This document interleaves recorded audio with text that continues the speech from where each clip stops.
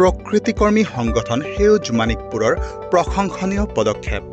আজি 10 ফেব্ৰুৱাৰী তাৰিখে প্ৰকৃতিকৰ্মী সংগঠন সেউজ মানিকপুৰে মানিকপুৰ ৰাজহ চক্ৰৰ চক্ৰ বিষয়াৰ জৰিয়তে অসমৰ মুখ্যমন্ত্ৰীৰ লগতে অসম চৰকাৰৰ পৰিৱেশ আৰু বন মন্ত্ৰী আৰু লগতে পৰিবহণ মন্ত্ৰীলৈ প্ৰেৰণ কৰে এখন স্মাৰক পত্ৰ।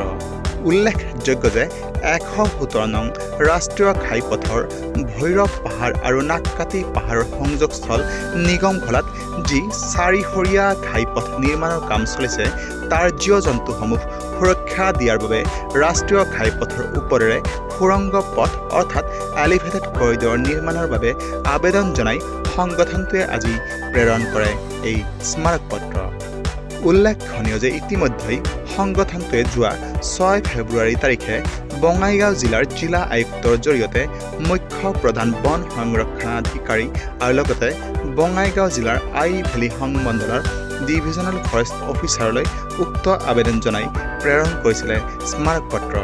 উল্লেখনীয় যে প্ৰকৃতিকৰ্মী সংগঠনটোৱে উক্ত স্মাৰক পত্ৰৰ লগতে প্ৰেৰণ কৰিছে সুৰংগ পথ অৰ্থাৎ এলিভেটেড কৰিডৰৰ আৰ্হিও।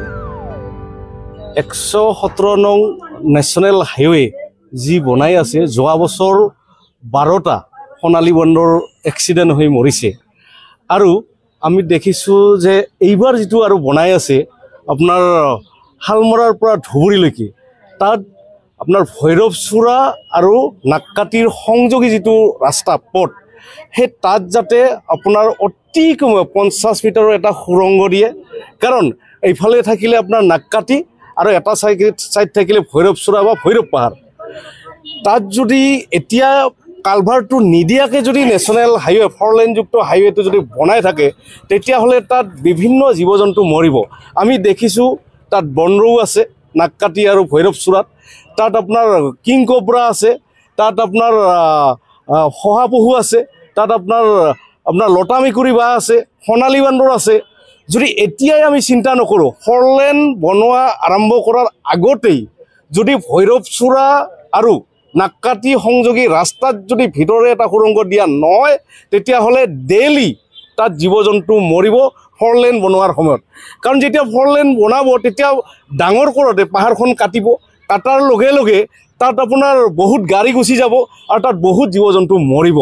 সেইকাৰণে আমি চৰকাৰক অনুৰোধ জনাইছোঁ, আমি ক'বলৈ বিচাৰিছোঁ, আজি আমি মেমৰেণ্ডাম দিছোঁ আমাৰ মানিকপুৰ চাৰ্কুল বিষয়াৰ জৰিয়তে অসমৰ মুখ্যমন্ত্ৰীলৈ দিছোঁ, বন বিভাগৰ মন্ত্ৰীলৈ দিছোঁ, আপোনাৰ পৰিবহণ মন্ত্ৰীলৈ দিছোঁ যে আপোনাৰ 4-লেন বনোৱাৰ আগে আগে যাতে তলেৰে যোৱা সুৰংগৰ ব্যৱস্থা কৰে।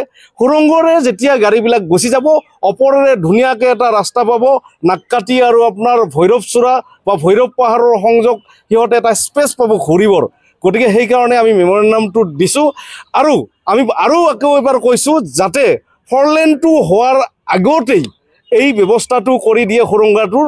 আমি দেখিছোঁ যে বিভিন্ন কাৰণত বহুত মৰি আছে তেনেকৈ জীৱ জন্তু 4-লেন বনোৱাৰ সময়ত। আমাক লাগে 4-লেন লাগে নিশ্চয়, কিন্তু আমি আগতে প্ৰটেকশ্যন দিব লাগিব জীৱ জন্তুক।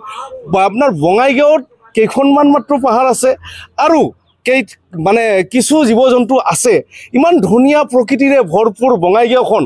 তাত যদি এতিয়াই আমি জীৱ জন্তু জংঘলী জীৱ জন্তুবিলাক আমি সংৰক্ষণ কৰিব নোৱাৰোঁ তেতিয়াহ'লে অনাগত দিনত আমাৰ নেক্সট জেনেৰেশ্যনে এই জীৱ জন্তুবিলাকক আপোনাৰ মিউজিয়ামত চাব লাগিব। সেইকাৰণে আমি আজি মেমৰেণ্ডাম দিছোঁ। নাককাটি আৰু ভৈৰৱ পাহাৰ সংযোগী যি 4-সৰীয়া ৰাষ্ট্ৰীয় ঘাইপথ নিৰ্মাণ হৈ আছে, এই ৰাষ্ট্ৰীয় ঘাইপথ নিৰ্মাণ হোৱাৰ আগতেই আমি ৰাষ্ট্ৰীয় ঘাইপথৰ ওপৰে এটা এলিভেটেড কৰিডৰ অৰ্থাৎ তাৰ ওপৰে জীৱ জন্তুবোৰ সুৰক্ষিতভাৱে পাৰ হ'ব পাৰিব। গতিকে সেই এলিভেটেড কৰিডৰ নিৰ্মাণৰ দাবীত আমি আজি স্মাৰক পত্ৰ প্ৰদান কৰিলোঁ। আমি দিলোঁ মুখ্যমন্ত্ৰী মহোদয়লৈ, পৰিবহণ মন্ত্ৰীলৈ, তাৰপিছত বন আৰু পৰিৱেশ মন্ত্ৰীলৈ, এইখিনিলৈকে দিছোঁ আৰু আগতে আমি PCCF ডাঙৰীয়ালৈকেও আমি মেমৰেণ্ডাম দিছোঁ। মানিকপুৰৰ পৰা উদয়ন নাথৰ ৰিপৰ্ট, নিউজ টাইম 3।